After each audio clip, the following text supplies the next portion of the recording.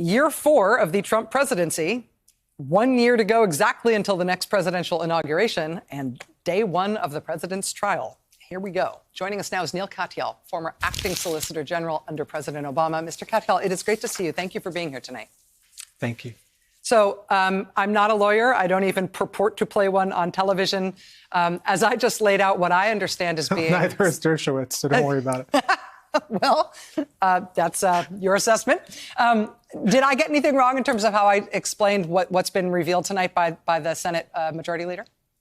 No, I think you got it exactly right, despite not having a law degree. And, basically here we are. We're on the eve of one of the most important trials, not just in our lifetimes, but in American history. And these rules have just been dropped on us at the 11th hour. And like every one of my students who drops a paper at me at the 11th hour, it's fairly shoddy. And this isn't, I think you're right to say, you use the phrase from a citizen's point of view, let's evaluate this. And I think that's exactly right, because I don't think this is about the Republicans winning in these rules or the Democrats losing. I think ultimately it's the American people who are profound victims if these are the rules that are allowed to take place, because what they'll do is they'll force the trial to occur, parts of it at midnight over the next week when nobody's watching. And we know why that is. I mean, the only things that happen at midnight are trash collection and the execution of prisoners. Those are the kinds of things that happen. Major government decisions and certainly government trials don't happen at that time. But all of these rules are united by the McConnell rules announced tonight, have the same basic theme, which is how do we hide as much information as possible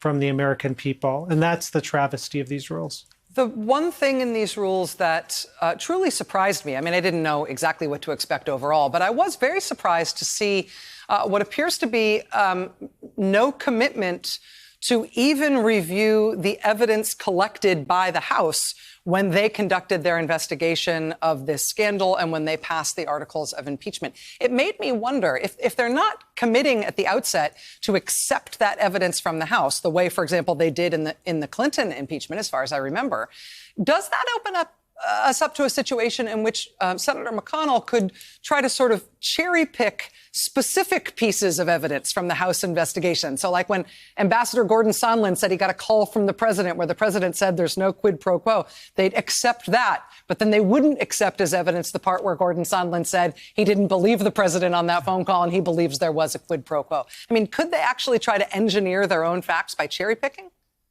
Totally. You've got, Rachel, at this point, my Juris Doctorate degree. That's exactly right. So what would happen, under the Clinton rules, the evidence from the House was admitted to the Senate. Here, this allows a case-by-case adjudication of all the evidence that was already generated in the House. Remember, these are Trump's own administration people. It's not like these are, people, wide-eyed, people who are anti-Trump people or something like that from outside the government. These are, very respected folks, and there was a process there. And look, I understand that there are a bunch of people, Republicans, who say Trump did nothing wrong and so on. That's exactly what trials are all about. Get that evidence admitted, have some new evidence if you have any that exculpates, who points to Trump being innocent. The problem is they can't point to anything that shows Trump's innocence. And so what they're doing is they're saying, well, let's just try and do a really fast trial, all at midnight, no witnesses, no documents, and maybe we'll just get it through the American people that way.